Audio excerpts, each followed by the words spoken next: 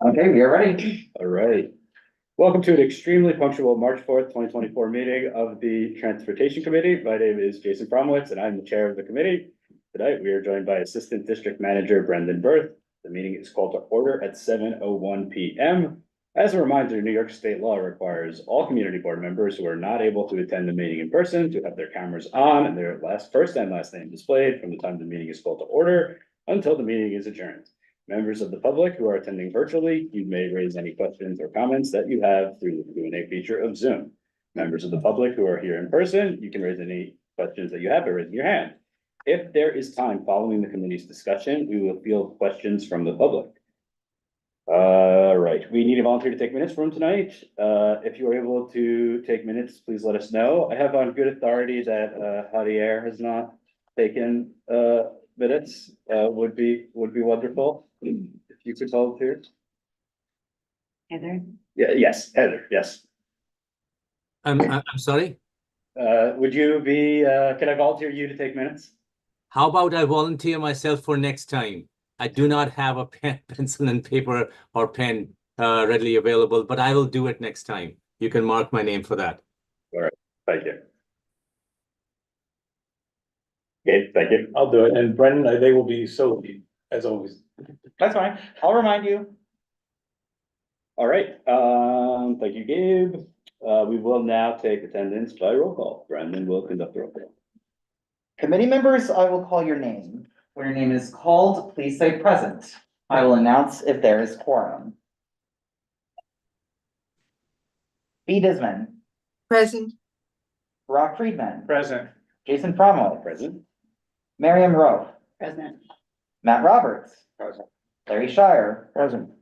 Gabe Turzo. Present. Jerry Weinstein. Present. Haider Zaidi. Present. Everyone is here. All right. The agenda for tonight's meeting was distributed ahead of time by the board office and is reflected on the screen before you. There's no objection. We will adopt the agenda. Members of the committee, if you object to adopting the agenda, please raise your hand. All right, seeing that there is no objection, each agenda for tonight's meeting is adopted. All right, moving on to the minutes. The minutes from February 5th meeting were distributed ahead of time by the board office. If there is no objection, we will adopt the minutes as drafted. Members of the committee, if you have an objection to adopting the minutes, please raise your hand. Seeing no objections, the minutes from the February 5th meeting are adopted. They will soon be available on the CB6 website. All right, in order to conduct an efficient meeting, let's observe a few ground rules. No one may speak until granted the floor. Committee members who are here in person, if you have a question about committee business or wish to make a motion, please raise your hand and I will identify you so you can speak. Committee members unable to attend in person, if you have a question about committee business, you may raise your hand through Zoom and I will identify you so you can speak. All community members, it is extremely important that all committee members, it is extremely important that only one person speak at a time, so that members of the public watching at home can understand what is being said by each committee member. The chat function for committee members present via Zoom should not be used for committee business or questions about agenda topics. All such remarks should be made on the record by raising your hand through Zoom. Chat should only be used to alert us to any technical difficulties that you are having or to state in writing information like an email address that was already stated aloud on the recording for the meeting. All right, tonight's agenda. First, we have a presentation by the New York City Department of Transportation and the MTA on 2nd Avenue bus lane enhancement south of 59th Street. I will hand the floor over to whoever would like to speak from DOT or MTA. Hi everyone, it's Colleen Chattergoon from City Department of Transportation. How are you? Thank you so much for allowing us to give the presentation tonight on the 2nd Avenue bus lane enhancements, improvements that we're planning along with our counterpart, the MTA.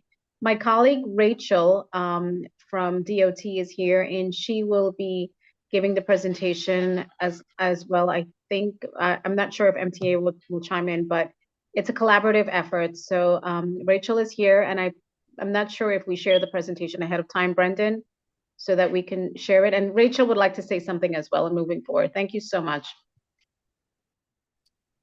Thanks, Colleen. Also, yeah, I think looks like I'm able to share my screen. So Wonderful. go ahead and do that. 1 second.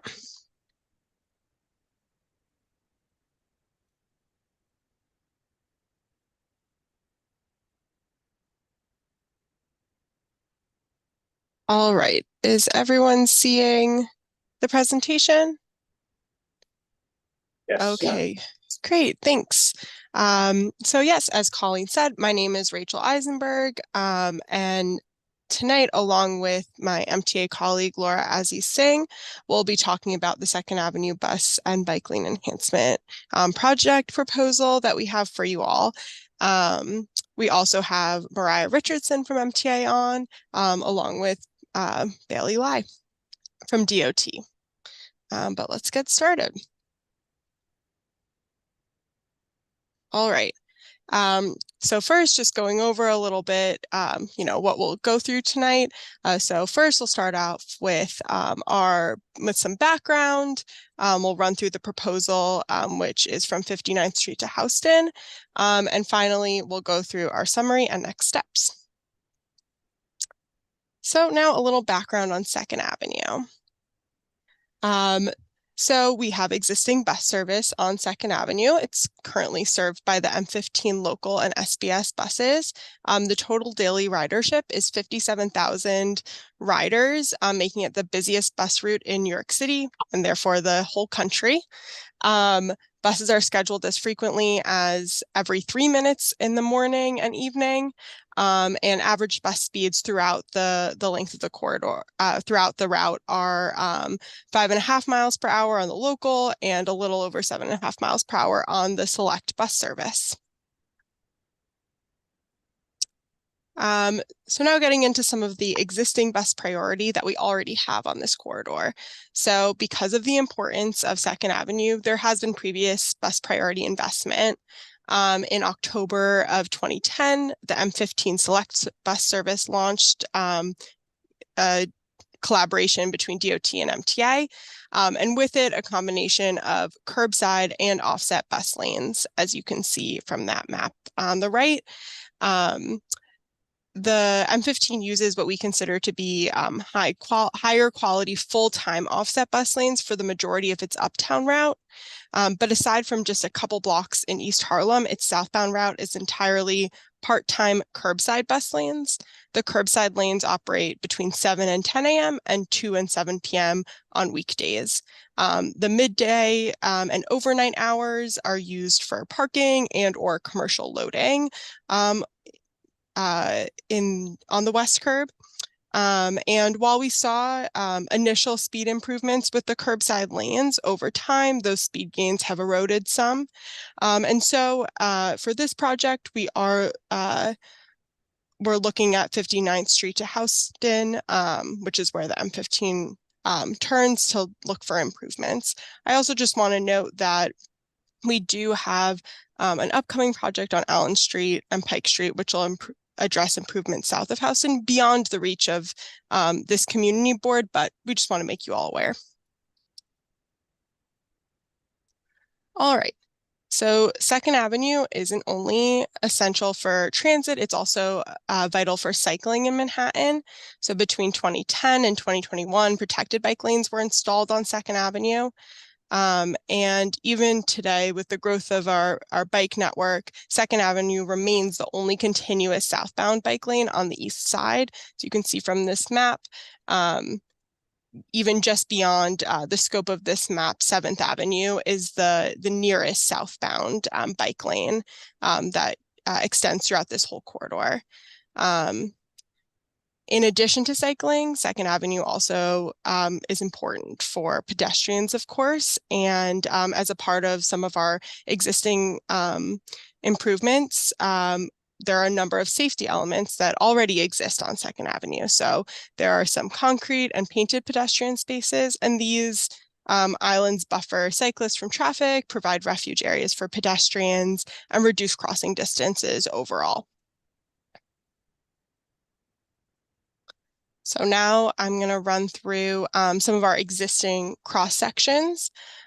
So for from 59th Street to 23rd Street, we have a curbside bus lane and 4 travel lanes that exist, at all hours of the day for general travel. For many of the blocks between 34th Street and 52nd Street, we also have a rush hour lane. And so that lane, during peak hours in the morning and or the evening will help funnel traffic towards, the Midtown Tunnel and just through Midtown. And then in off-peak periods overnight, it will serve as parking as well. Below 23rd Street, the right-of-way narrows a little bit, and in our existing condition, we again have a curbside bus lane and 3 travel lanes with pedestrian islands and parking lanes on the east curb. Throughout the corridor, we have a 6-foot, mostly parking protected bike lane as well. And now I'm going to turn it over to Laura from the MTA to talk about bus speeds. Hi, good evening, everyone.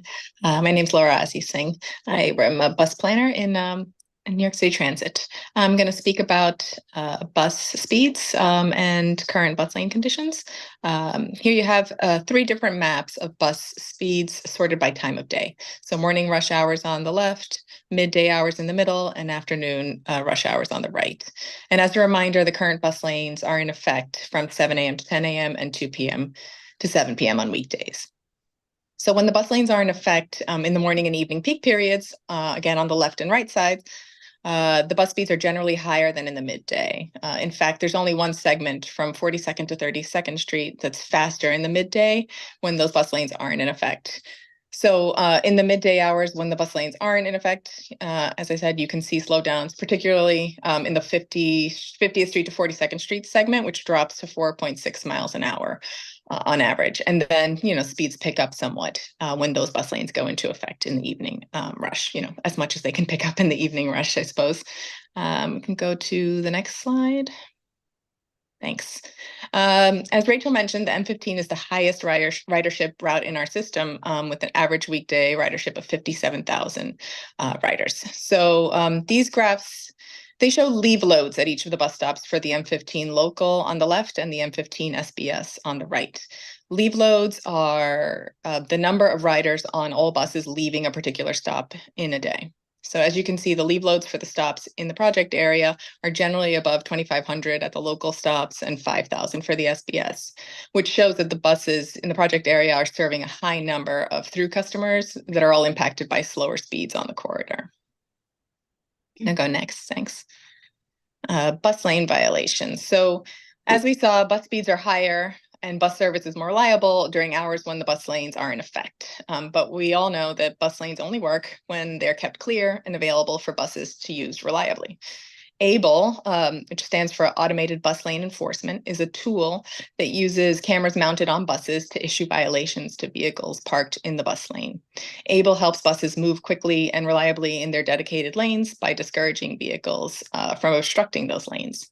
Here we can see that in May 2023, 2 of the top 5 highest violation spots along 2nd Avenue bus lanes were in the project area at 18th Street and 20th Street, respectively.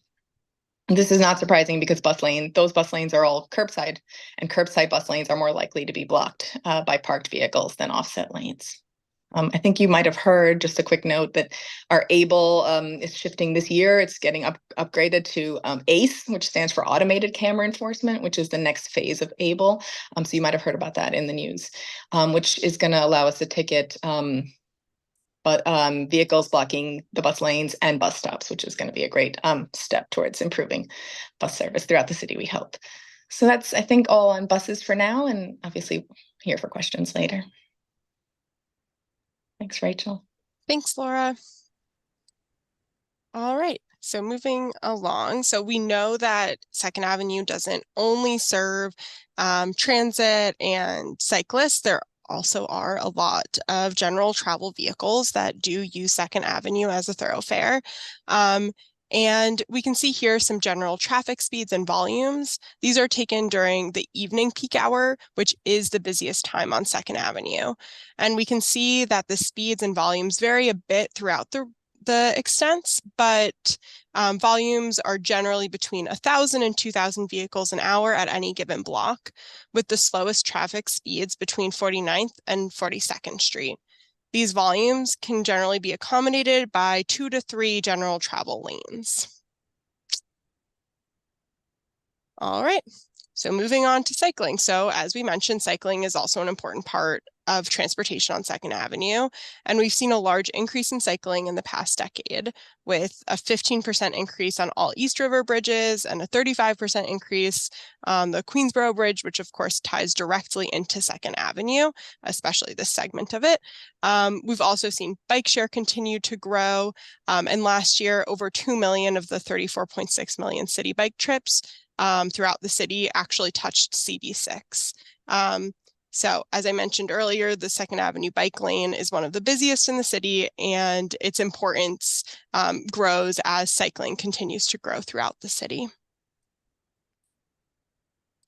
So just summing up some of our existing conditions. So the general geometry of the roadway from 59th Street to Houston, we have an exclusively curbside bus lane from 7 a.m. to 10 a.m. and 2 p.m. to 7 p.m. And we have a mostly parking protected and buffered 6-foot bike lane.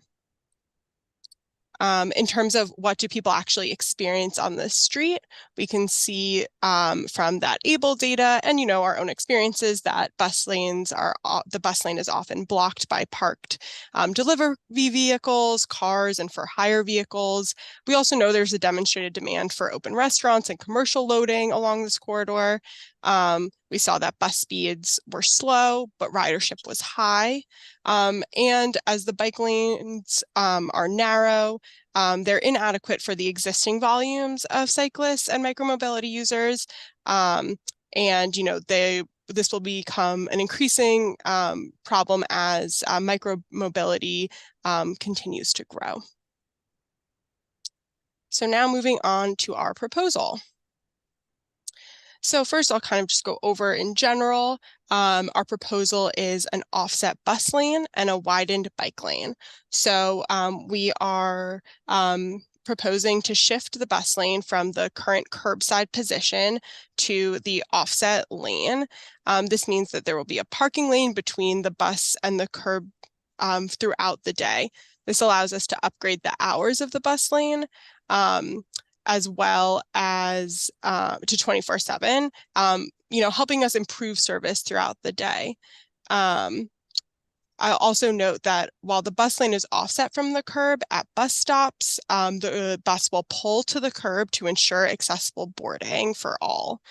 The proposal also includes a widened bike lane between 8 and 10 feet along the corridor. And we're looking to remove some key locations of rush hour lanes. Again, a rush hour lane exists as a travel lane for, you know, an hour or two or a little more throughout the day for general traffic, and then converts to parking at other times of day. And we're looking to remove that regulation and restore just parking or other types of buffering for the bike lane at key locations where maybe it isn't serving its purpose and can better be used for other cycling, loading, and other needs. Finally, we're proposing to adjust meter and curb regulations to best fit the new lane organization and the curb use needs of the neighborhoods along the corridor. So moving along to what are the benefits of an offset bus lane? So moving the bus lane to the offset position has a number of benefits. It allows the buses to actually use the bus lane without being blocked by curbside parking or standing vehicles. Fewer bus lane blockages helps improve bus speeds and reliability. And the offset lane opens up curb space for parking and loading throughout the day, even during peak hour periods. We also encourage emergency vehicles to use the bus lane, which gives them priority on the streets as well. And with a 24/7 lane, that priority exists at all times, not just those peak periods. So helping address some of those slow bus speeds, you know, in the midday that we saw earlier. So benefits of bike lane improvement. So there are many benefits to a widened bike lane. It increases the lane's capacity, which means that more cyclists can safely use the bike lane. The widened lane will match current demand and provide additional space for the continued growth of cycling and micromobility. And the extra space also helps reduce congestion for safer, more predictable passing, which helps accommodate cyclists of all speeds and abilities. And by making space for more than one bike in the lane, it encourages social cycling as well. So we also are exploring some additional design options, some that we've piloted in other, bike lanes throughout the city, whether that be 3rd Avenue or 9th Avenue. The first is, just additional widening of the bike lane beyond that, 8 or 10 feet.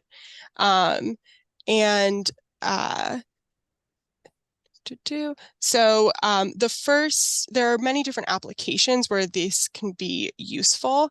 This approach works really well at uphill locations where micromobility traffic going uphill, might greater separate a more experienced cyclist or someone using an e-bike from someone who maybe just bikes occasionally, is using a heavy, just regular city bike, something like that. And so those needs for a little bit more space for variable speeds becomes really important. We're also looking at left turn locations or split phase locations where cyclists might have to wait at the curb until they can make a safe left turn, whereas other cyclists might be continuing straight on. And so having that additional room for, someone stopped at the curb, someone continuing becomes, important. We're also looking at locations to serve as working cyclist areas. So these might include simply a designed protected space in the roadway, which helps remove cyclists from the already busy sidewalks. And it can include cargo bike loading zones or bike parking, which of course can be used by any cyclist who might be hopping into a shop or stopping in at a restaurant or whatnot. And we know that, as deliveries are not stopping anytime soon, and cargo bikes are continuing to grow as a delivery method throughout the city. We are also looking at pedestrian upgrades. So all drivers and bus riders and cyclists on 2nd Avenue are also pedestrians. So looking at pedestrian improvements is also super important to us. And we have many existing concrete islands like the one shown here already on 2nd Avenue.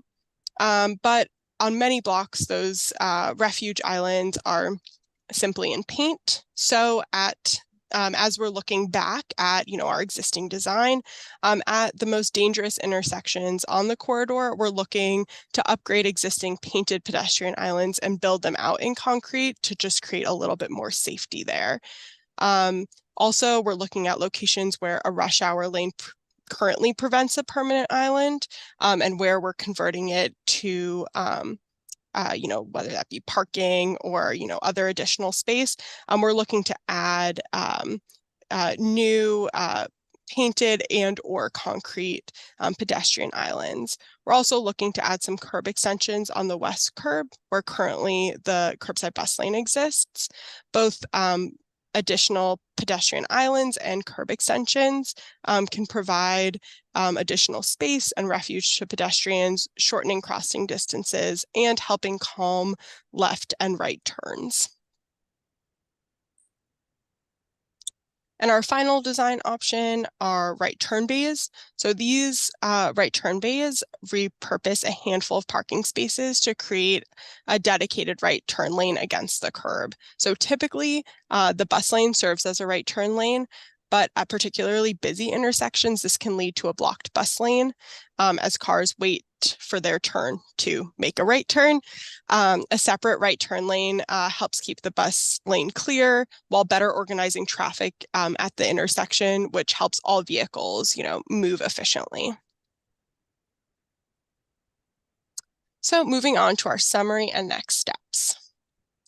So as we know, and as we've seen, the Second Avenue bus lanes are often blocked, slowing down bus service. The bike lanes do not adequately accommodate the rapid growth of cycling throughout the corridor.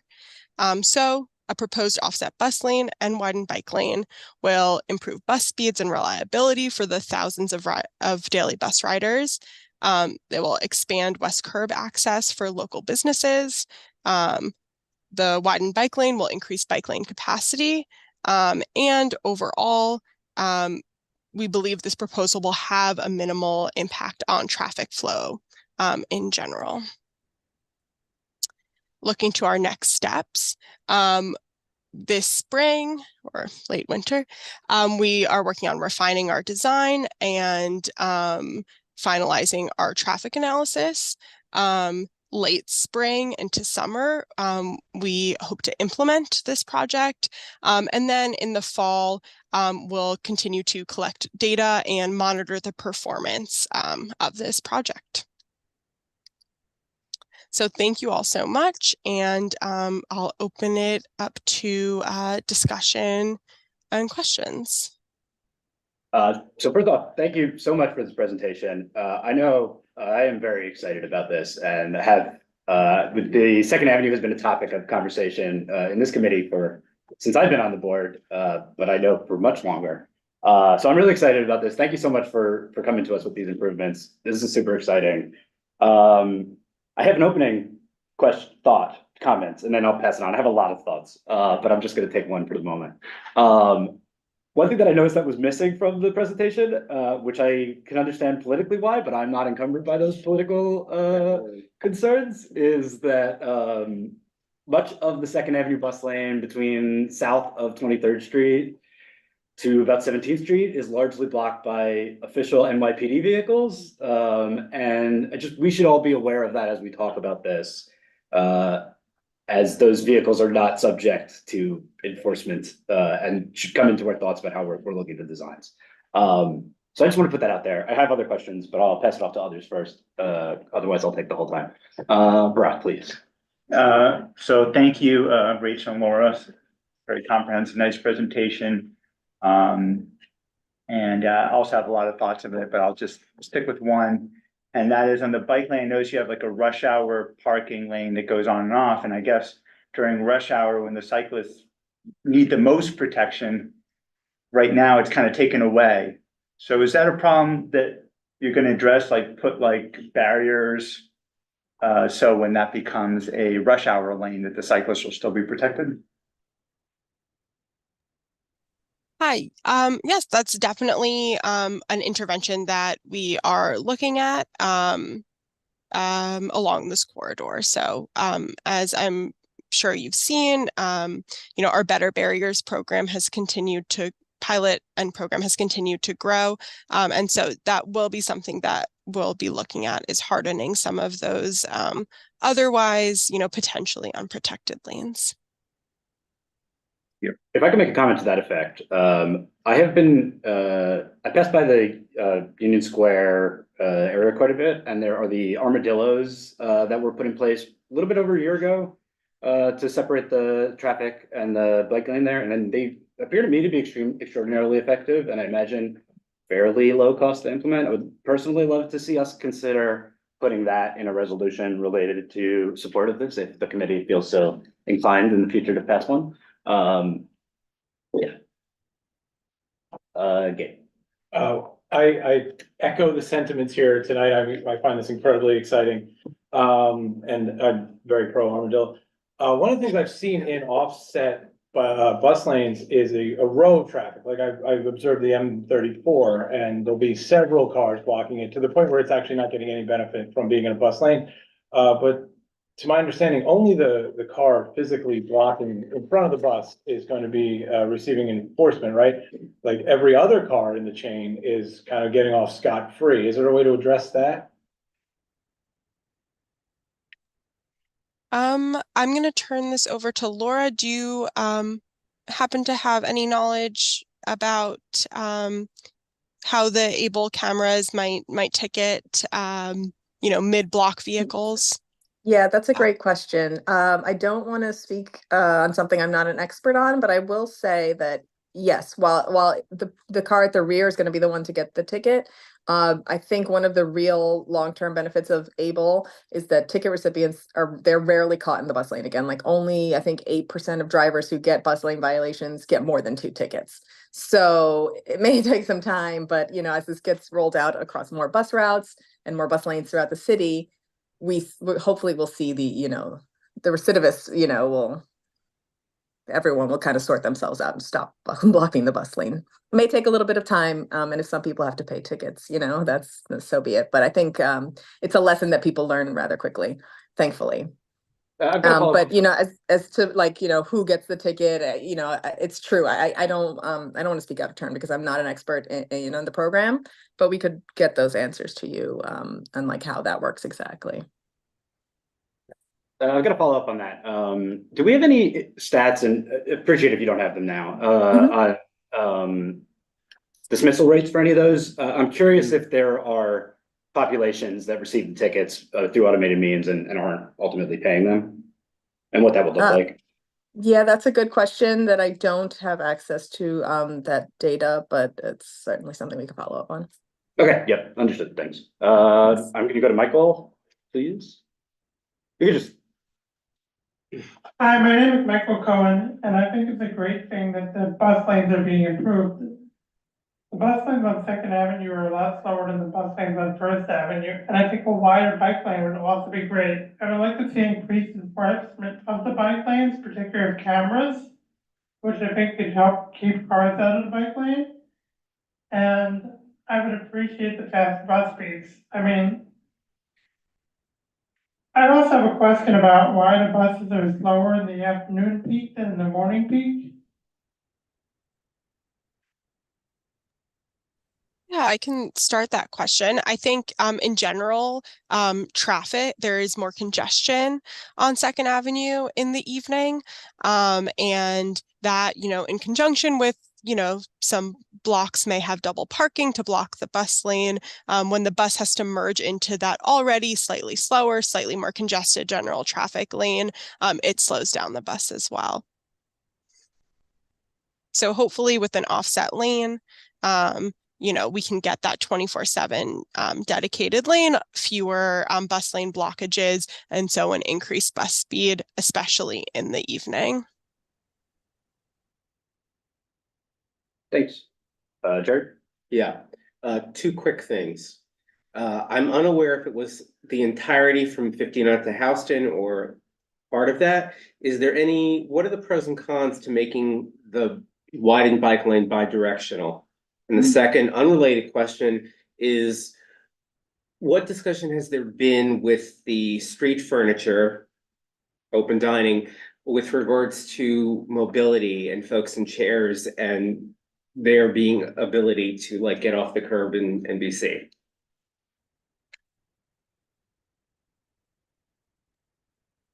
Thanks for that question. So I just want to be clear, the widened bike lane on Second Avenue that we're proposing will still only be one-way southbound. I think some of the intention of that is similar to the M15's bus route and, general traffic. It has its pair on First Avenue. So cyclists that are trying to travel northbound can take the bike lane on First Avenue, while cyclists traveling southbound will take the Second Avenue bike lane.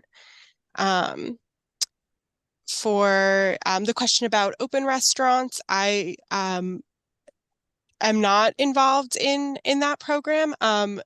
Colleen, I don't know if you have if you can speak on that at all. I know regulations are coming out. So with the with the Dining Out NYC initiative, this was recently announced, and what this will happen, or what will come out of this, is that we'll work with the restaurants that are at in the curb lane. And as most of you know, with the Dining Out NYC program now, it's movable tables and chairs, and it's umbrellas. It's not the outdoor structures that you see that was implemented during the temporary measures. And there might be some flexibility with having more structures out there occupying the space now that the bus lane is going to be offset. First I want to go on Zoom and then I'll come back. Sorry, I know everybody's got a lot of questions. Heather, do you have a question? Yes, actually, a couple of questions. The first is, so there are a few choke points, congestion choke points along Second Avenue for vehicular traffic, for normal cars.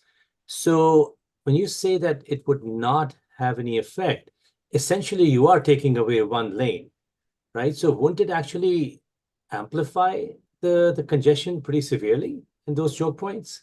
And they occur in regular, like 15 to 20 blocks intervals.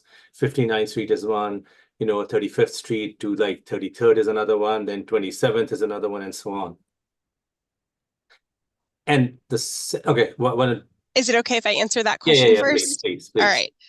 So thank you so much for that question. And I will say, it is important to us to make sure that we are, doing our homework and doing a full traffic analysis to ensure that we aren't creating some sort of terrible situation for general traffic. So there is a number of different, factors that we can look at for how will this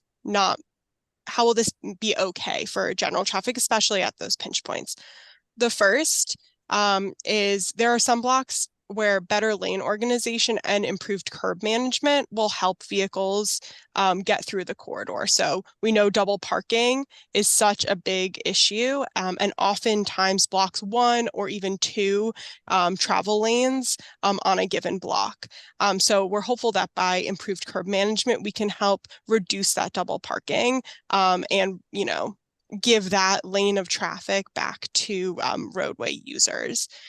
We also do, we do understand that there will be some parts of this proposal where, we do keep that rush hour lane in particular where, it is a pinch point and we do need to funnel drivers through.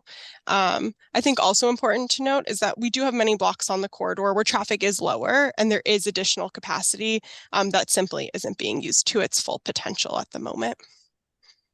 Okay, thanks. And one more question. So the average speed, the bus speed was 7 to 9, depending on the time zone, or 6.5 to 8.5.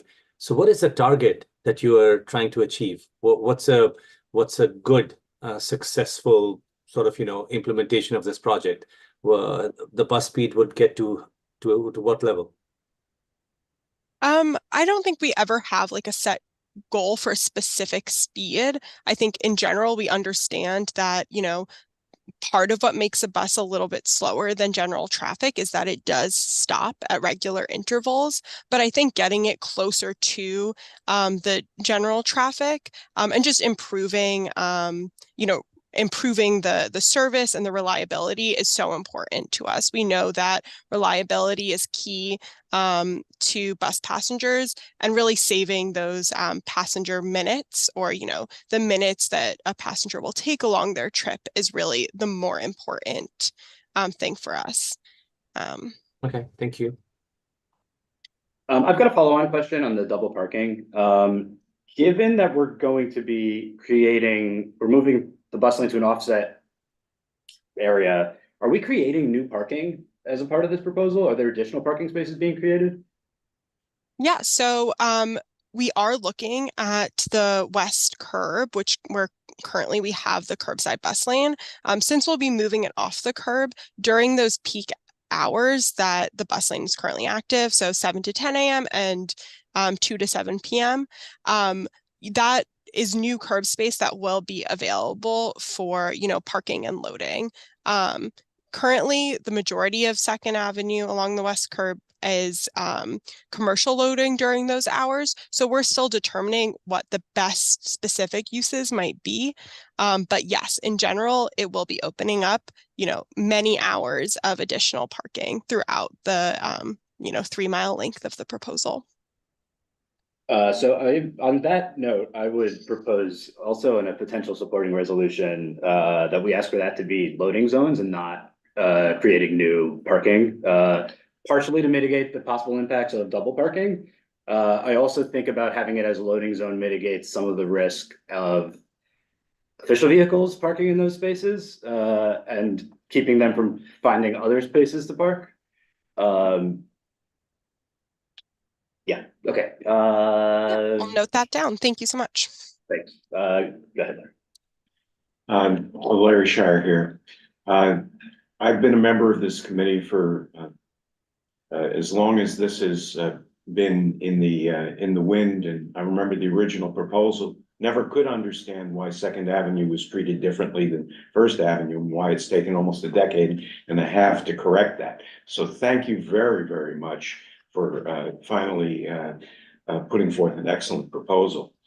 I do have a few small questions relating to some of the details here, if you'll indulge me. First, is this going to be 24/7, 7 days a week? Yes, that is our intention. Okay. Now, another issue has been, as Hader pointed out, the area around the Queens Midtown Tunnel. And I think the only way to effectively deal with the backups there is to have boots on the ground so that vehicles don't spill into the intersections and block crosstown traffic as well. Is there any provision here, because you're relying so heavily on automated traffic enforcement to enhance what currently is there, which I'll suggest also include ticketing vehicles and not just simply encouraging them to clear the intersection. And while ticketing the vehicles, you'll pick up vehicles that have fake plates, no plates, revolving plates, and you'll impound them, hopefully. What do you think of that? For all of our work, we always, try to work with NYPD for enforcement beyond just the automated enforcement on the buses themselves. It's something that we can certainly, we can talk to them about. I think as a part of this project, we'll also be taking another look at some of the signal timing on Second Avenue and therefore its cross streets. And so one of the things that we will look at is if we can get traffic moving through those intersections a bit faster to help prevent some of that box blocking, as we call it, or blocking the intersection. And bear in mind that you have been paying attention, hopefully will continue to pay attention to, for cyclists, the green wave, because for cyclists like me who ride a heavy city bike without an electric assist, especially where you have to stop at a red light on an uphill stretch, it would be really helpful if you could ride straight through on a green. So that'd be something that we could put in the resolution, that the coordination of the signal timing should recognize that we want to encourage green wave, and also boots on the ground issue for catching vehicles that have improper license plates and who block the box.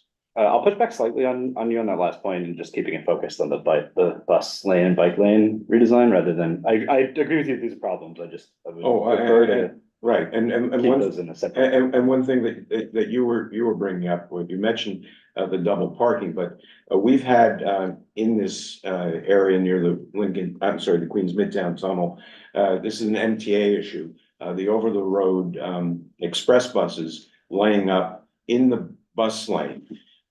With this lane now being converted officially to parking, especially in this area, you're talking about maybe having some parking spaces dedicated to loading, but maybe this would be a partial answer to our endless quest to find a place for these bus drivers to put their vehicles before they start their evening runs. Yep. It could be officially reserved for them. Yeah, Since this thanks is- so much for sharing. And yeah, that's definitely, we understand, through, thanks to Laura, who has brought this to our attention as well. And it will be something that we continue to look at. Okay, I just have one really tiny little suggestion. If you can pull up the slide that shows the bus lane with the right turn. It's just before the questions, that 2 slides before the questions.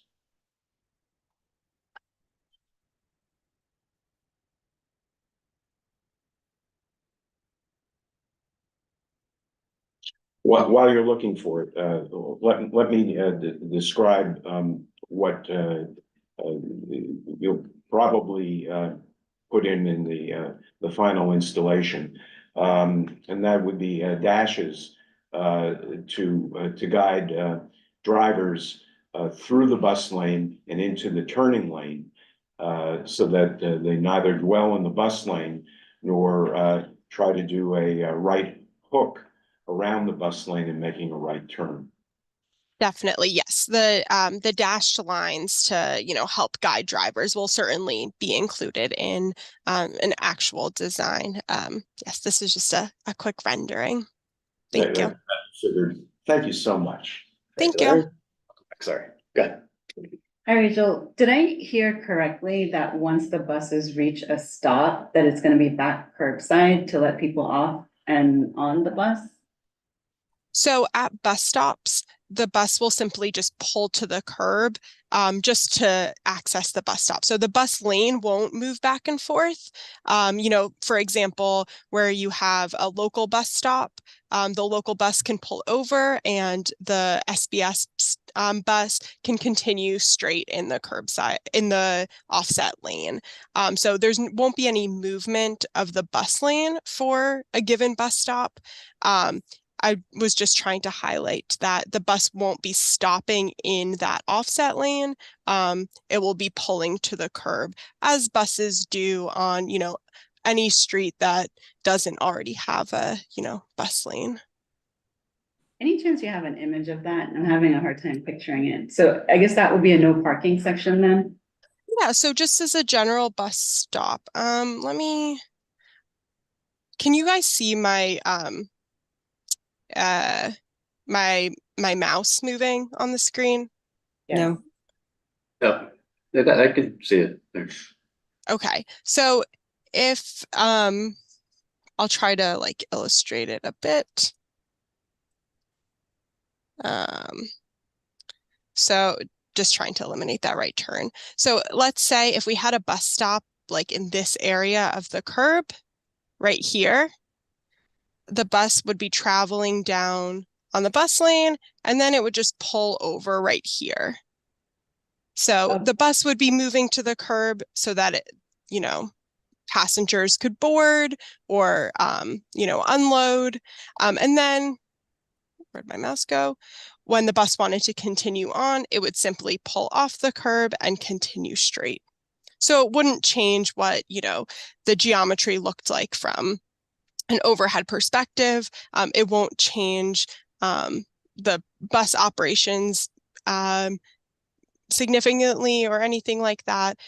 It just will allow, a select bus to continue going, or maybe a local bus that doesn't have any request to stop or anyone waiting at that stop. Okay. I can see cars just kind of taking advantage and parking themselves there, but hopefully I'm wrong about that. Yeah, and our bus stops throughout the city are always no standing zones. And that type of signage and the bus stop locations and signage won't change with this proposal. So, yeah. Josh, I had my hand up when you have a chance. Yeah, I see there. Sorry, B. A lot of questions. I have a quick follow-on and then I'll go to you, B. Can I infer from that response that there's not going to be any bulb outs for the bus stops, or is there only going to be in some locations? I think I got that from Ron. Yeah, so as a part of this proposal, so oftentimes a bus bulb requires some drainage improvements. So when water hits the sidewalk, when the rain comes down, the sidewalk is actually slightly pitched towards the roadway, so that water drains properly.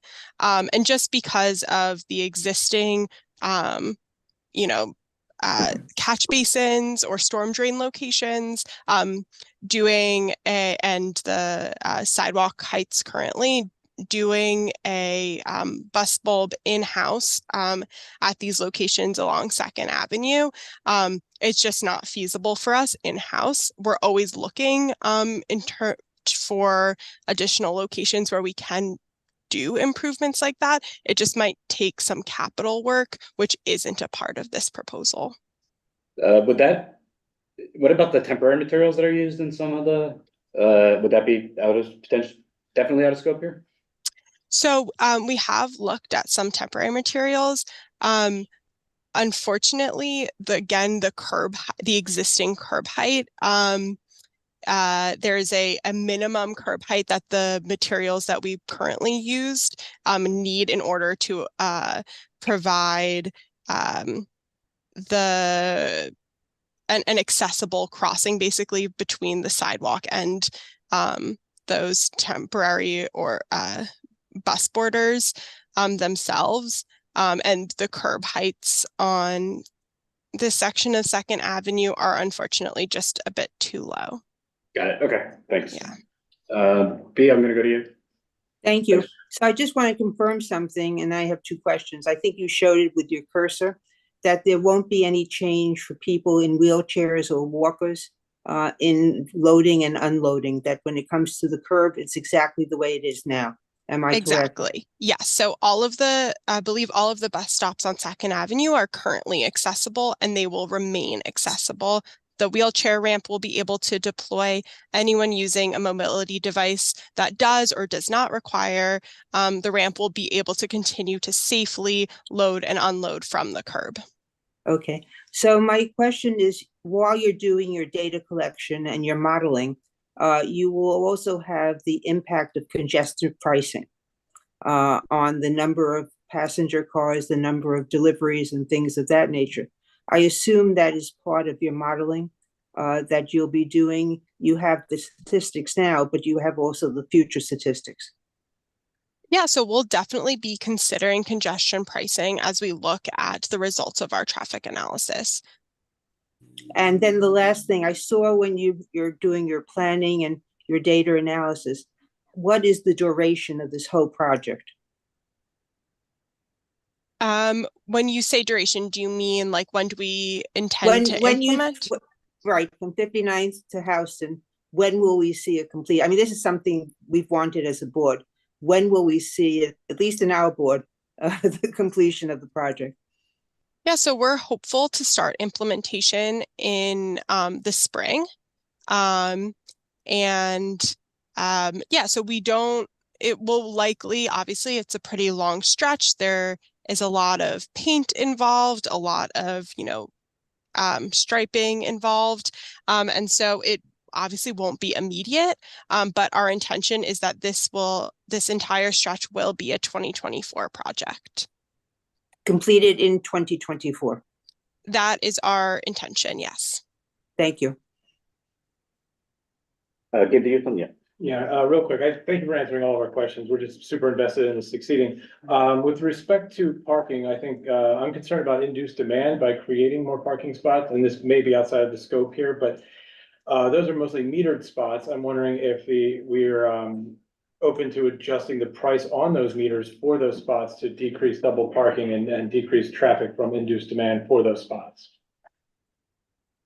That's certainly something that I can discuss with that I can talk to our parking unit about. I would recommend reaching out to the Borough Commissioner's office with a suggestion like that. Obviously, that can impact not just those midday hours that we're talking about making updates, but also greater. And that's something we could potentially include in our RASks with the resolution. Dynamic. You want to ask Yeah, okay. Along those lines, this might be a perfect opportunity to do a new demonstration of dynamic parking rates. Yeah, we could potentially include that as well. Did we have anything? Go ahead.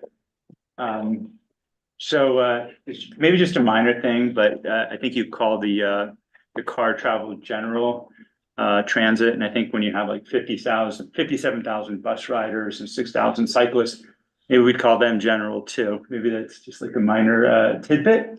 But the real question I have is that the city bike next to the protected bike lane are really effective at people just getting on the city bike. We have like a few of them, but not that many. But I would just encourage you to think about how effective that is and put more of those in, because it's so easy to just grab it, get on the protected bike lane and go. Something I'll write down. Thank you for your input. I'm gonna recognize myself for a question. Was there any thought given to physical separation for the bus lane or any other means? This is a pretty typical design that we've seen. Has there been any consideration into more extraordinarily measures to keep the bus lane clear? Yeah, so physical separation is something that, we continue to explore here at New York City DOT. I think for an avenue like Second Avenue, where curb access is really important, physical separations become slightly more difficult, just because we want to make sure that, businesses, residences, can access the curb. They're not forced to park or double park unsafely in the middle of traffic. It'll be something that we continue to explore, especially in like specific segments where maybe, we don't need curb access. But in general, an offset bus lane does create some challenges for physical separation. Makes sense. Thanks. Jerry, and then I'm hoping to close this out. Thank you. At this point, do you have more granular discussion about the comfort stations? In terms of the bus shelters? Just the number of them, whether or not you can borrow some design from like the furniture that we're thinking about, the restaurants. What will that look like? So our bus shelters and that whole contract and program isn't a part of this proposal, but if you have specific, questions or recommendations or locations where you would like to see one, I definitely recommend reaching out to the Borough Commissioner's office, with those suggestions or questions. Yeah, Colleen, I don't know if you have any more. It's Colleen from the Borough Commissioner's office. If you have any recommendations that you would like us to look at, feel free to send it to Brendan and he'll send those over to me as well, okay? Thank you. You're welcome. So I have summarized some of the things we've talked about that we would potentially like to see different. One was armadillos or other means of protection. Then we had utilizing loading zones and MTA layover areas in lieu of additional parking, consideration of dynamic and higher meter rates, green wave timing, and including city bike docks in the separation area. Does anyone have a motion perhaps that they'd like to make related to this? I'd like to make a motion to pass a resolution in support with some conditionality. Great. So with these conditions, so yes, the conditions. Right. And I'll second that. Thank you. Okay, so we'll open up to discussion on that resolution. I guess, anyone have anything else to add that hasn't already been spoken to? Anything else they'd like to see included in that resolution as a condition, other than the items I just raised? Yes, Larry. And some means of in further enforcement on the ground in terms of personnel to supplement the automated bus camera. Yeah, makes sense. Also notably on that, just never mind. I mean, forget it. Let's keep moving. Anybody else? Anything else there? No, okay, I will move it to, anything from the public, yeah, we have some Q and A on there, actually. Sorry, I have not really been paying that much attention here, thank you, Chair. Are there plans for NYPD cars to be ticketed or discouraged? I guess I'll put that to MTA. This is a question from the public. What accommodations basically can be made given how should we think about the NYPD vehicles, and how they factor into this plan? So we do know that the NYPD vehicles are an ongoing concern for this community board, in addition to us. We are hopeful that moving the bus lane to the offset position will create more room for some of that parking. Yeah, and we're hopeful that, the local precinct can take advantage of that instead of, some of their alternate parking they've used.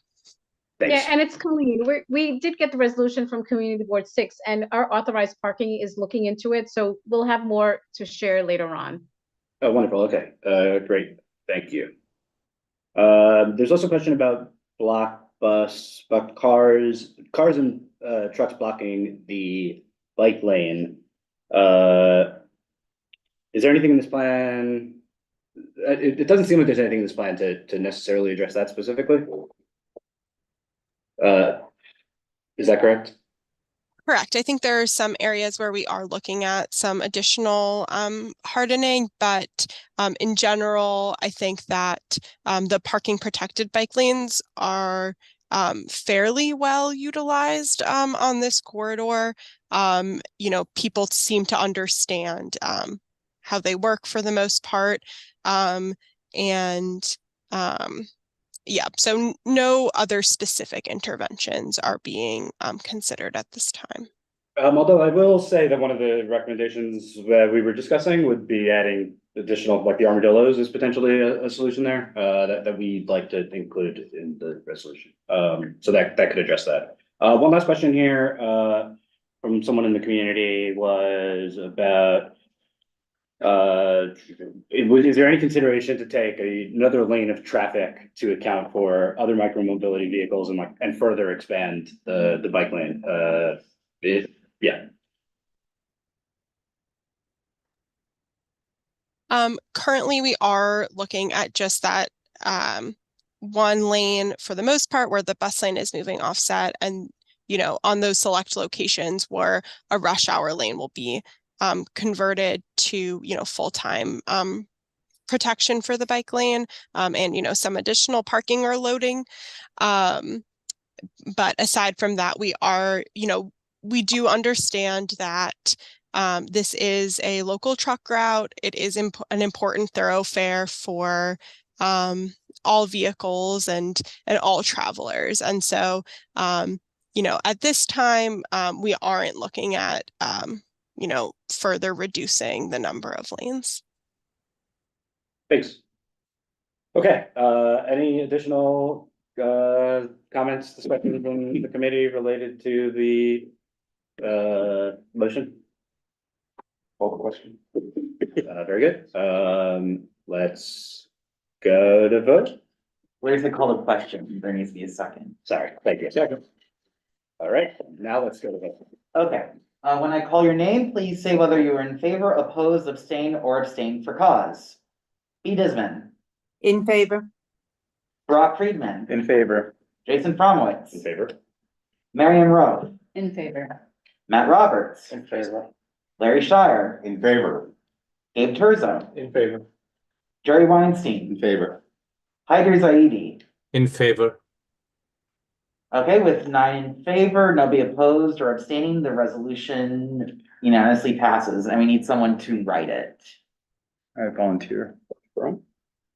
I'm assuming given the timeline, that the next full board meeting is an appropriate timeframe so that we could give this appropriate amount of thought. So that would mean we would present it back in this committee to vote on and then bring it to full board. April, does that work for DOT? Yeah, that works for us. Great. Wonderful. Thanks everybody for this great discussion, and thanks again to MTA and DOT for making these changes. Excited to see it. We have more. Constitute their report? No, not necessarily. Yeah, okay. All right, next we are moving on the agenda to discussion on improvements to the intersection of East 23rd Street and the FDR Drive. We had Mina had put together a very thoughtful report on the situation there. And I will hand over the floor to her to share what she's found, what she would like to see done, and then we could discuss how we may be able to make improvements there. So Mina, you have the floor. Hi, thank you for letting me speak. Let me share my screen first. Stop share. Okay. So this document was created last December. It was based on photos and videos I took over a few, like just mainly on 1 or 2 days when I was just documenting at the intersection. So this is a map of the intersection. And I'm a local resident and a parent who uses this intersection every day. So that's why I decided that I need to make sure that all the problems of this intersection is known. So I'm going to just go through the pictures because I think the picture speaks for itself. But then if you have the time, please also read through the points that I have written down. There are more details on how the situation is. So first of all, we're talking about the first intersection that is crossing crossing from the north side to the south side of 23rd Street. So one major issue is like this. The road condition is in very bad condition, and this has been like this since I started using this several years ago. Very few changes have been made, and when it rains or when it snows, basically the ditches are covered and you can't see anything, and you can easily trip by the holes and the ditches that is on this crossing. Second, is that the signal is very short. If you walk at normal pace as an adult, you can barely make it to the other side. Usually it's count down to 0 before I reach the other end. And for this intersection, which is used by many school children in the morning, this is not enough time to cross. If I have to cross this street, I always have to run with my kids. And then with the back road, with the terrible condition on the surface, like it's very easy for us to trip.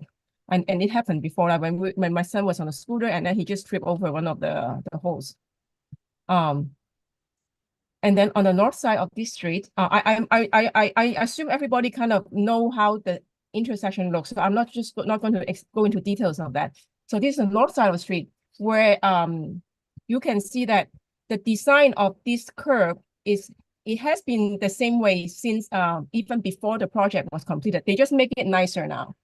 But the thing is that it is very much receded to the curb. Like it should be like out here, because very often the kids or pedestrian, when they are coming from the south side, they kind of just wait in this circle area. They don't really step on the curb when they wait sometimes. And then when the cars make a right from North FDR Drive, they kind of like, they're not going to hit them. It hasn't happened so far, but they almost kind of get really close to pedestrian, and it just gets really dangerous. And also, very often the cars that comes down from the highway, they go really fast. So and then they are trying to outrun the pedestrian. Like in this photo, like I was crossing the street, and then they just try to make a turn before me, and then this just like they wouldn't wait here until everybody crosses. So if there are kids there and then the cars keep coming at them, it's very dangerous. This is the same situation when they come from the other side or from this side. This whole area is just like people were just standing there waiting to cross the street. So something needs to be done here so that people actually wait in a very safe location rather than like where they're exposed to traffic. So this is this is crossing the FDR Drive from the south side of the 23rd Street. And I think this problem, they actually solved it because I checked today and this light is red when the pedestrian have their signal. So I think they kind of fixed this problem now. But it's not really like I don't know how long-term this solution, or if they're waiting for something else to be updated and then fix this again. So right now it hasn't been an issue. But then this is still here. On the other side of the street, it's just a mess there. People sometimes don't know where to stop. They don't see a curb there. And it just people, if they don't see any cars coming, they just keep walking. They won't stop there. And then, but then you also don't know where a car would come out from sometimes. So the third crosswalk will be from under the FDR to the other side where the gas station is. So this is in the morning at around 8 o'clock when right before school starts. Very often there were a lot of these big buses that blocks the intersection. Everybody is trying to get in and out of the intersection as quickly as possible. And it's almost a daily scene. But now we have police there in the morning. This policeman seems to be doing a better job than the previous one. So it's less of this is happening now, but it still happens. And then also drivers not paying attention, drivers trying to get in and out of the intersection as fast as they could. So they just don't want to stop where they should be stopping. So this one, so sometimes the light are not synced properly. I think they also updated this. So today I didn't really see it, but I think I feel like this intersection, they updated something, but there are still changes that needs to be made. So it seems like all these changes they have made so far may need to be we may need to go back to check if they are staying. I don't know who is doing these changes. So we need to make sure that these changes that have been made, that are positive changes, are going to stay. And then the next problem is the cars from the gas station, instead of doing the detour from this side of the wall, they would actually go back on, they would make a U-turn, a sharp U-turn back onto the bike lane, and then they will wait there. I mean, if they are very slow and they are very careful, I think they go past the intersection, but very often they don't know that there are pedestrians coming out from the wall, from behind the wall. Like in this situation, and when I was walking, I don't see the car at all. And then it's only that when I pass the wall, I see the car coming at me because they thought that there was no pedestrian and then they're going to enter the intersection. It's very dangerous. It's not just cars, also bikes who were on the bike lane and they don't see us coming out from behind the wall. So these walls, they are good for the floods, but it creates a lot of hazards for pedestrians because it is basically a right angle. Like we're crossing into this, taking this crosswalk, and the traffic is coming at us. They won't see us until they get to the end of the wall. So this is very dangerous. I mean, something needs to be done around here. That like sometimes, you know, a kid would just go faster than the parent when they cross, and I mean, an accident can happen just like that. So going back a bit to under the FDR on the same crosswalk, it's again the road condition the problem with the road condition. There's no curb here. It's just a line. Very often, like my kids don't know if they need to cross. I really need to hold their hands. I really need to like grab them so that they will stop. And here, the same thing, like it was confusing. I think now people kind of just get used to it because we're crossing from this. In the beginning, it was just very confusing. And I would assume that many people who are new to the city and driving from the FDR may have problem just following what the lines on the ground for the drivers. So this is also pictures that is trying to show how confusing the markings on the road is, on the crosswalk. And then it's the same crosswalk, but this is right beside the wall. I'm getting close to the wall now. So very often the students who are trying to cross the street will wait for the signal right here. And from time to time, the group gets very big. And then like, it kind of overflows to like beyond the side of the crosswalk. And you can see like, you can form a sizable group here sometimes. And then the cars who are making a right turn into the garage or into the gas station, I mean, because there's no marking that guides them to how they should make the right turn, they just turn like as fast as they could, and they get really close to the pedestrians. I mean, we had an accident of a student whose foot got run over by a car. I don't know which intersection happened, but this would be a place that this could happen. It's just that this floodgates has created so many blind spots for us right now, for the pedestrian and for the drivers as well. And it's not that like we're not following the rules, but like we follow the rules, but we're just so exposed to so many more hazards now. So again, it's the markings on the crosswalk, the old crosswalk and the new crosswalk that is just confusing. So now is the crosswalk number 4 that is from the gas station to the other side that is close to where Eunice is, the school is. And this is the most problematic one and most dangerous part. So you can see the green arrow is where the pedestrian usually walk when they cross the streets. So they would cross this, so the signal would be, okay, it's a walking signal. So we would cross, and then, but no one stops here and no one looks at what is the signal of for this crosswalk. And people usually just do a U-turn. And most of the time, it is actually a stop signal for the pedestrian, and no one ever stops. Like up to today, no one ever stops. And we're kind of like just looking. We look where we cross to see like if a car is coming at us. If there's no car, then we would just keep walking. And sometimes a car would be coming at us. And the most dangerous situation is when we have these huge buses that just pass the intersection, and then a car is waiting behind the bus, and they don't know that they are pedestrian, they are crossing at the same time. So the driver of the car behind the bus, in order to get out this intersection as soon as they could, because they don't want to stop more for a red light, they would just speed up. And it's just so dangerous when this happens. And so I personally, I'm not an expert on it. I personally think that there is some design flaw in this crosswalk or intersection, this part, where pedestrians don't stop at all here.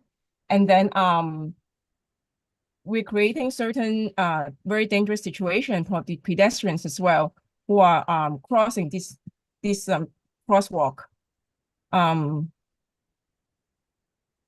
Yeah, it's the same way on when we go the other way. So the students will start from here and then just make a U-turn, like not a U-turn, but like a right angle turn right here, and then and wait here. So it is just not very well designed. Another problem is the buses, sometimes they just go too far into the pedestrian crosswalk, and then it just gets very dangerous. Another problem is that, so you see that this is supposed to be where the pedestrians is crossing, and then this is actually the bike lane. But then we are all walking on a bike lane now together with the bikes, which sometimes get really chaotic and dangerous, because you see there's this huge block of wood that is blocking the intersection. So the crosswalk actually is much narrower than it was designed to be. And then the cars there's also missing out some kind of a stop line here for the cars. So very often the cars just stop on the pedestrian crosswalk here. And then we are crossing here with the bikes and whatever that is coming at us. So this is something that just like, if someone actually go there and take a look, would see that, would ask question why this is the way it is right now. Again, we are still at this intersection because there's just so many problems there. in the morning, the cars are lining up to get to the gas station, to get into the garage, and it just blocks all the crosswalks and everything. And then this is coming out from the garage. I feel like that sometimes these lights here may be too far for the drivers to see. Like I feel that the driver, they're coming out from the garage and they're looking at what they should do. Like there's a stop sign here. Luckily, hopefully they stops, but then like they still need to take some time to figure out where or how they should go. Okay, this is more like a pedestrian kind of intuitive way of thinking. So usually when we cross the street, you kind of want to know, like it would be very helpful to know what is this light going to be. Like for example, if I cross this street here, I know that I can cross this street, like make this and cross this crosswalk fully. But then I would like to know like if I could actually make this turn here at the same time, because people are not planning to stop. You see how the way it is right now. But then during certain time of the year, I think in February, I don't think I have this problem, but since September, in the morning, you cannot see this light at all from where I'm standing. It would be good if we could see like the whole intersection properly. Like this is completely blank in the sun, this light. So now is this crosswalk over here going from the unit side back to underneath the FDR on the north side. So so this light so the car signal turns green before the pedestrian signal turns. So the cars are already going through the intersection and before the pedestrian were crossing. And so what happened is that when the pedestrian got their signal, they kind of like, okay, the cars are going. They don't know when the pedestrian will start walking. They got a green here and then they just go. But then the pedestrian got a green at the same time. And so it gets to be a very dangerous situation where also because of this column here, the cars often can't see the pedestrian and the pedestrian can't see the car coming. So what happened is that you have to walk until around like the third or fourth bar before we can see one another, the driver and the pedestrian. And then the driver, if they are nice, they will stop. But most of the time, they would just go and then the next car would stop. I mean, this is slowing down the intersection as well as creating some really dangerous situation for the pedestrian. So I'm trying to show here again the same situation, but from the pedestrian point of view.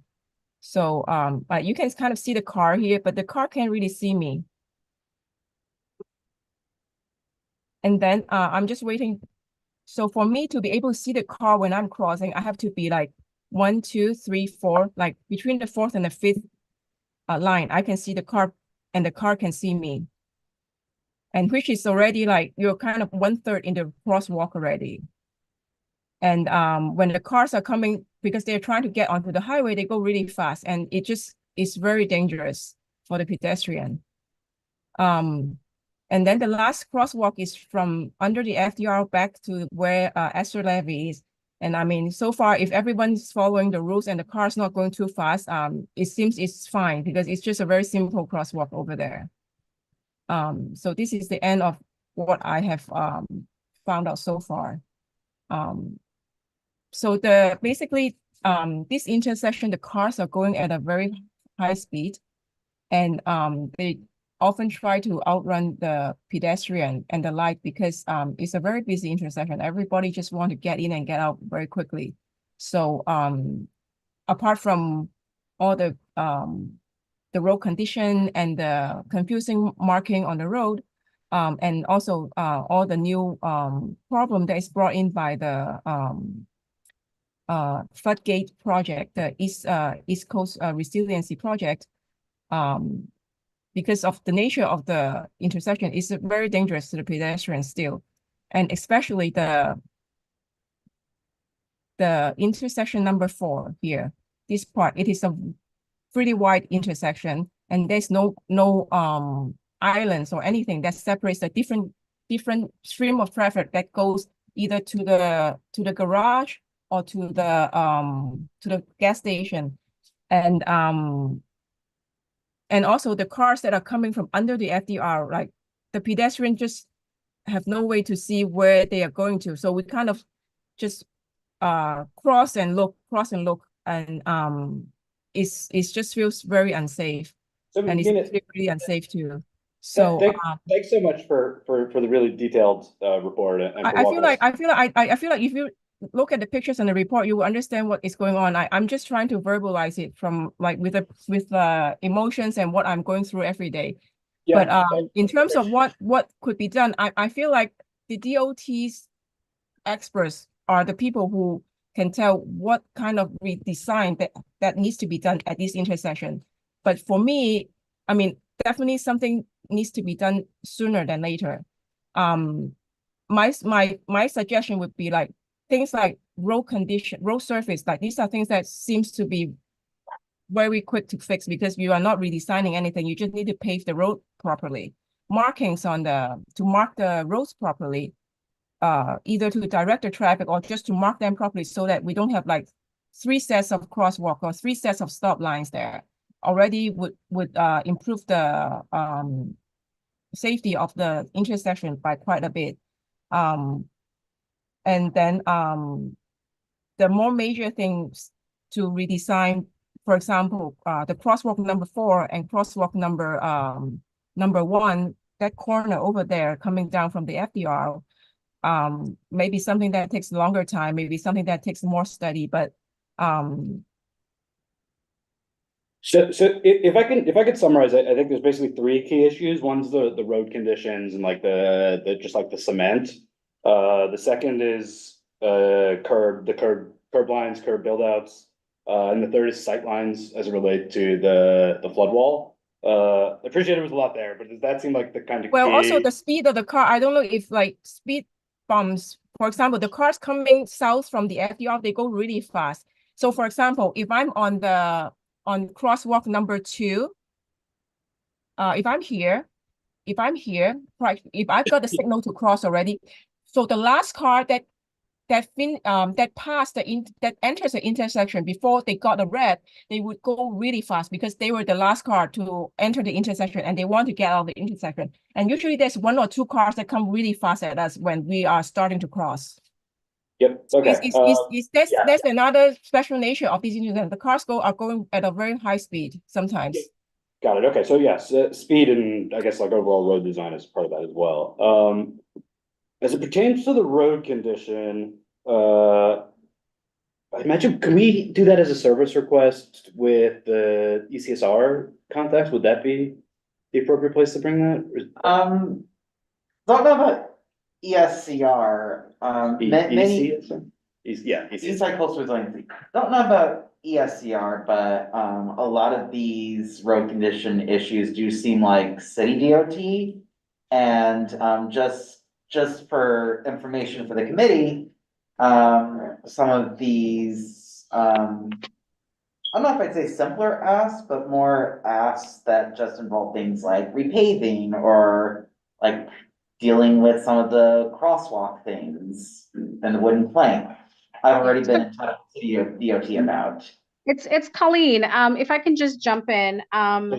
So this is an active ESCR site, and there is a lot of improvements planned. We would have to coordinate and follow up with the ESCR. I know the Eunice School has concerns, and we were able to make some signal timing changes in the area. Recently, a representative from Eunice did contact my office regarding storage that's happening in the area. And I'm told that state DOT has employed Spectrum to do some work in the area there near the Eunice School. So there's a lot of things happening in this area at the moment. But we should follow up with ESCR to see what improvements are planned and how soon those improvements are going to be implemented. The presentation is excellent. I mean, well done, well put together. Well, I feel like, I mean, I have done this because in the beginning, I feel like I'm not even sure if these problems are already known or at someone's desk. But now that there's this thing that I created, I would like to know if the DOT or the department that is responsible have also identified some problems or similar problems, and they are like there's a list of things that will be taken care of. Because Yeah, I can why talk, I don't can you- speak at as many of these meetings as I could, but Yeah. I just want to see there's a path where we could work together to kind of help with, like, to get some of these things solved. Absolutely, and I agree with you. And I think the best route to work collaboratively on this and with the ESCR team is if you can kindly share your presentation, which is well put together, with Brendan. And Brett, yeah, oh, great. So Brendan, forward me that presentation, please. And we will work with the ESCR team and ask them if these are things they're looking at. And if so, what is the implementation timeline? And let's see what we can do with the roadway in the interim to make it more safe and smooth. Yeah, and also some of the solution is just from what I kind of understood is they were more low-hanging fruits that are easier to fix than other. So I guess like road surface seems fairly simple, the markings or whatever.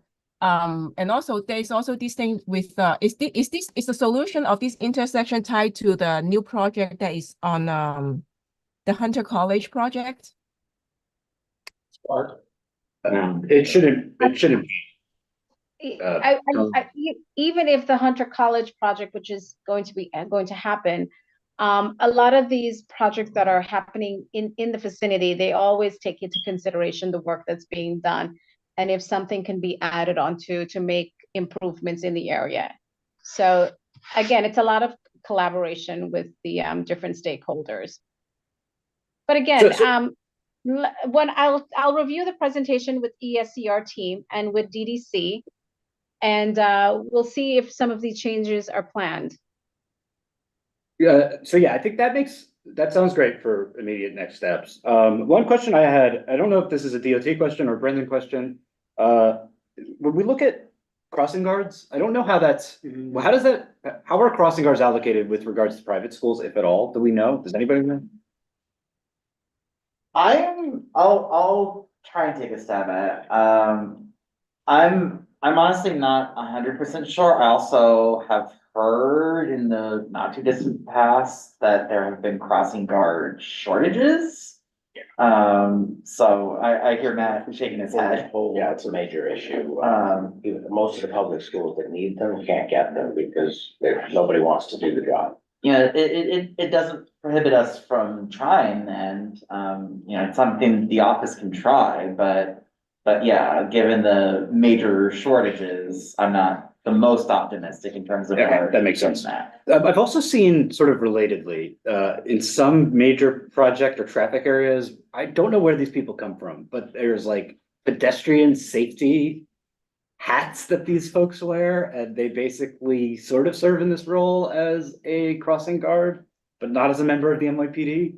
So you're talking about pedestrian safety managers. Those are like a bid would employ them or have them, you know, help out with pedestrians crossing. So they're called pedestrian safety managers, just so you know. Got it, thank you. So that would have to be privately funded, is that what I'm inferring from that? Yes. Potentially, you know, I appreciate that it's not necessarily on the burden of the school, but that would be potentially a avenue. A way they may be able to help support this would be, yeah, being able to fund that. It's just that an avenue to potentially resolve this, but we should find a way to also address it with public means. I just want to go to B. I see your hand up. So I want to thank for the presentation. It was excellent in the amount of work. And one of the things I would suggest to Colleen and everything is to identify the top 5 items or 6 items that really need to be looked at. And perhaps periodically at our meetings, we can get a report as to what's happening so we don't lose the issues. because certainly a lot of work has gone in. I was actually on transportation when this issue of the UN school came up before, and a lot of the other issues there. So some of them seem to be there for quite a while. So Colleen, it would be really great to know what is being worked on and what has fallen through, so that we have a sense of focus. Yes, B, understand. Follow up on the pedestrian safety traffic managers. I hope I got that right. Is there potentially funding in ECSR for that? Is that an avenue could we ask them, ECSR? ESCR. ESCR to potentially fund that? I don't know, maybe, I don't know who that's a question for, but could we ask them if that's something that they might be able to look into? We can ask if that's included or if it could be included. Yeah, okay, that sounds good. I also just want to give some numbers in terms of putting things in perspective. So UNIS itself has close to 1,500 staff and students. And then there is also the British International School there. And then we didn't get any crossing guard at all. While, like, for example, the block where PS40 is, there's PS40, there's Salk, and there's another middle school there. I think like they may not even be as many people as we have where this intersection is crossing this intersection. So like UNIS is a very big school.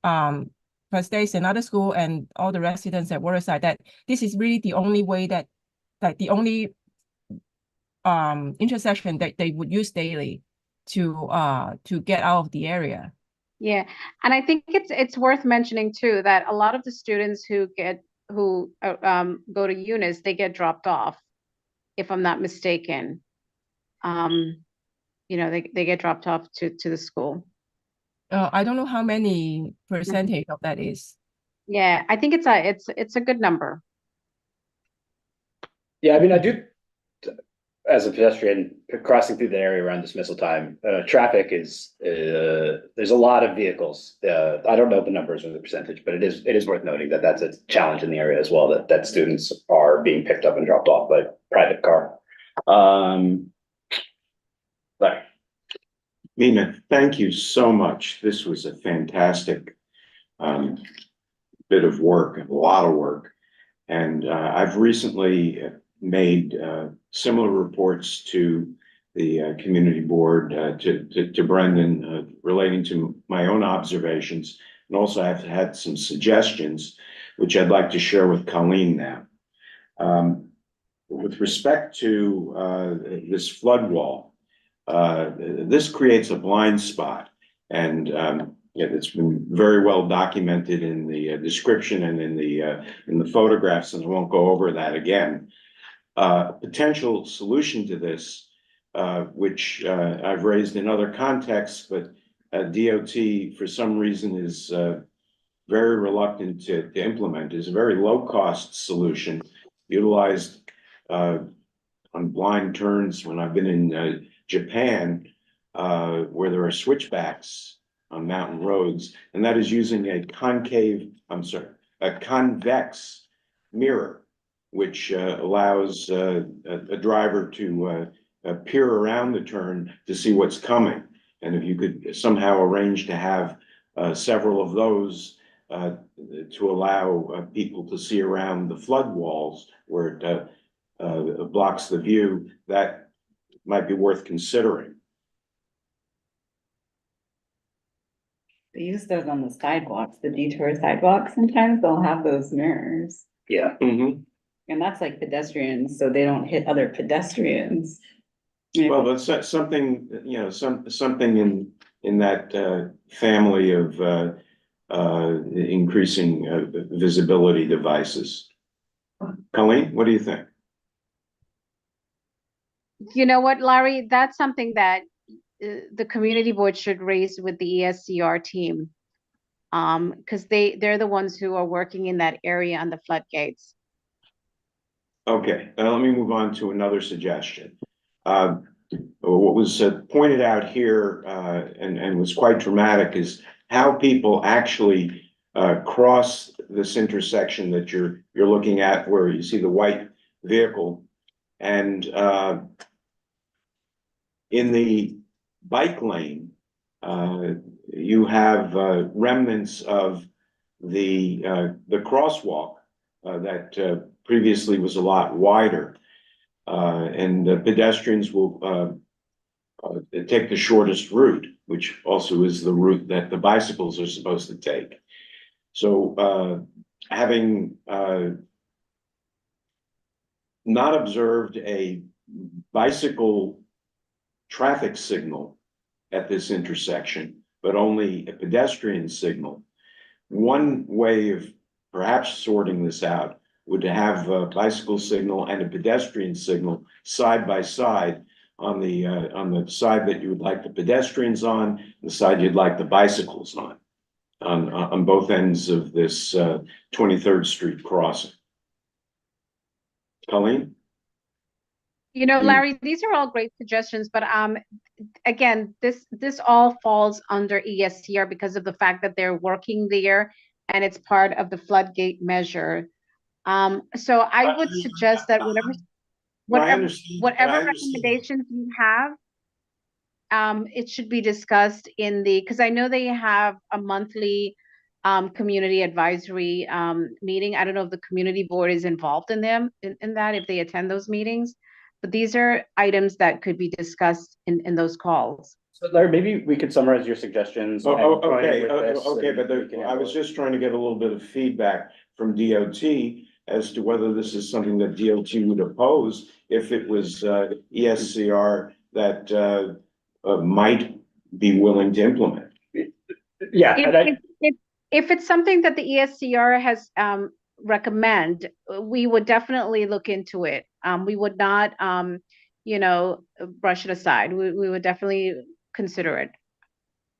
Okay, and then the final item is regarding the redesign of the track that the flood wall will have to follow in order to be closed. Right now, it's filled with asphalt, and my own idea would be to clean out the asphalt and throw down a plate in the area of a crosswalk that could be easily lifted and moved in order to roll the wall without having to send a crew with shovels when there's an imminent flood. And, I understand your reaction there too, but I just wanted to put that out there. I'd be worried that would move potentially, or What's that? I'd be worried about like a mat being more like movable and like potentially create a trip hazard if it were to become dislodged or. Well, it's not likely to become dislodged if it's 12 feet wide. I suppose, but I also think the asphalt, the frequency of them needing to be closed will hopefully be rare. I don't think that wall is gonna move smoothly if it's clogged with litter or even with this, especially with this material. Yeah, I also think that, to Colleen's point, feedback for ESCR. ESCR. Yeah, that we could pass on to them, because I think it sounds like that's directly there. But my understanding when waterfront committee was discussing this was DOT was going to come up with a solution to the tracks, to how to protect people from tripping or getting their transporters caught in the tracks. I see. And we haven't heard anything. And the current arrangement was going to be replaced, and it was being engineered supposedly. And all I'm suggesting here is that until that happens, this might be a quick and dirty or quick and easy way of providing a smooth passage where people should be crossing, and making it possible for the 13 gates in this neighborhood to be closed quickly in an emergency. Got it. Yeah, let's see if we could maybe connect offline with With ESCR and DOT. Yeah, have both in the loop. Thank you. That's all I wanted to bring up. Okay.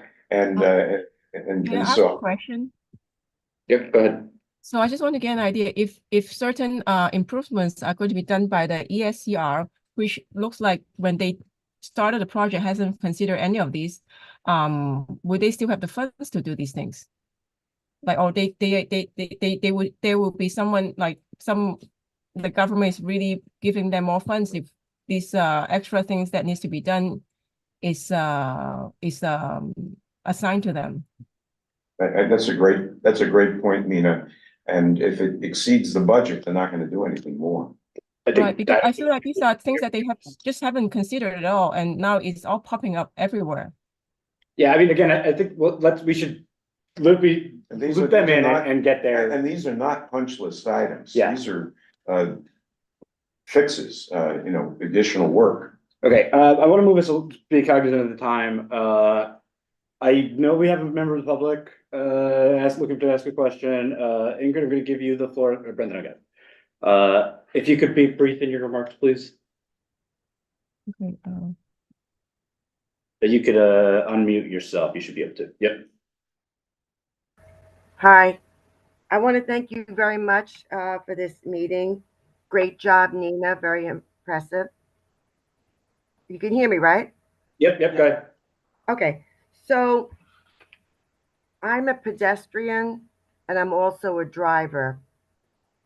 And as you know, this intersection's been very problematic for a long time because they've been changing the approaches many times. So when I'm driving along the service road and I want to go through the intersection and go north on the FDR Drive, there's a big problem because say you're at a red light or even worse, a green light, you have the seawall there on your right-hand side.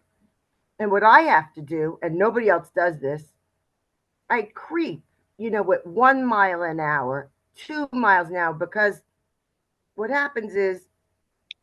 Ingrid, I'm sorry to interrupt you. I really appreciate your feedback. It sounds like it's, I completely understand you're emphasizing the problem with the sightlines on the seawall, which it's very evident that is a problem.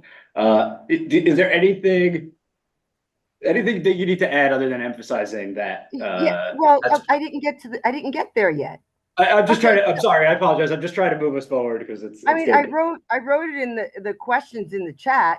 You could read it there, but I'm adding to something that's new here, and what I'm adding that is new is that there's got to be a stop sign for the bikers and the pedestrians on the other side of that seawall. Because they run they'll right into the car. Okay? Secondly, when the car drives through the gas station and they come out the other side, two things happen. One, they can hit the pedestrians that are going north and the bikers and the runners.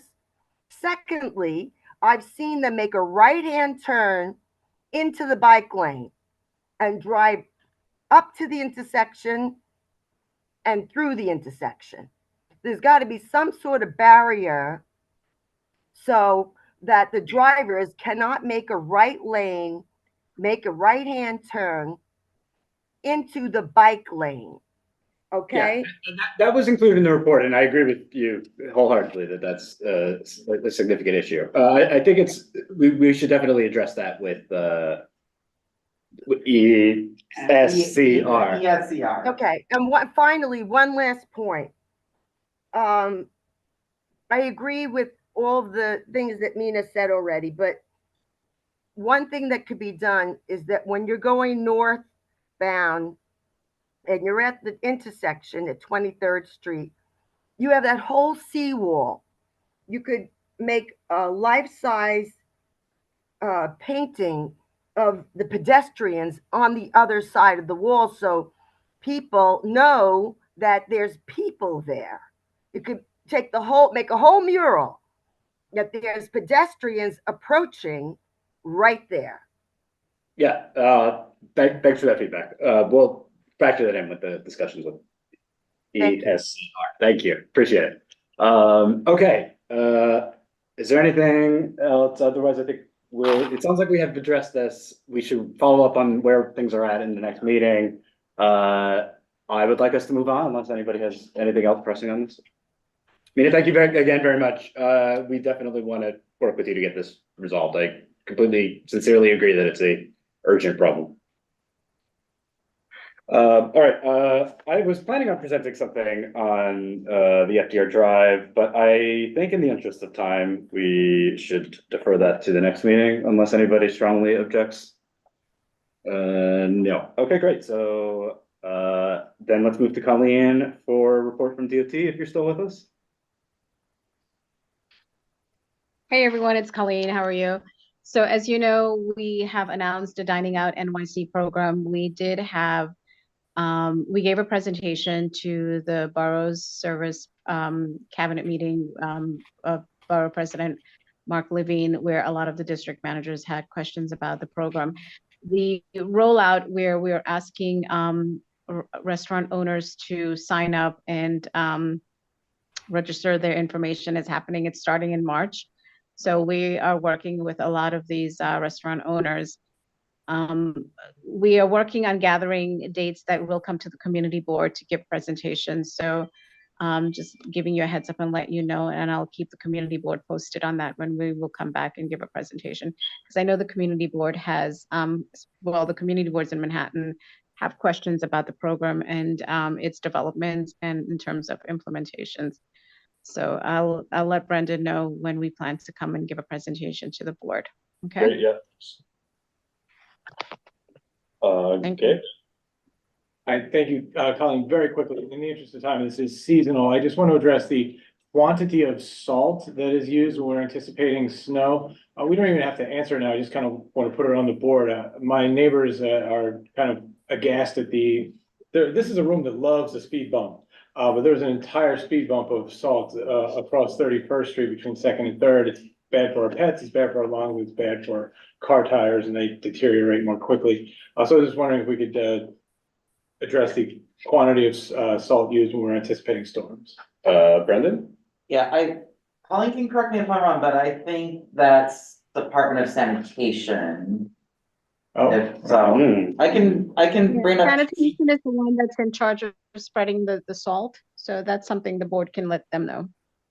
Yeah, and I've noticed that too, not just there, but in all sorts of places. Yeah, it's a lot of salt is on the ground when a minor amount of snow is predicted in the forecast. Yeah, it'd be good to get a comment from sanitation on that, which also technically falls within the confines of our scope as a committee, I believe, like just sanitation in general. People should be aware. Yeah, okay. Anything else for Colleen? Thank you, Colleen, and again for the presentation on the 2nd Avenue. Appreciate it. I'm going to waive my report. Does anybody have any old or new business? All right, seeing none. Does anybody have a motion to adjourn? Motion to adjourn. All right, they're saying no objection. We will adjourn the meeting at 8:54 p.m. Thanks, everybody. Thank you. Thank you.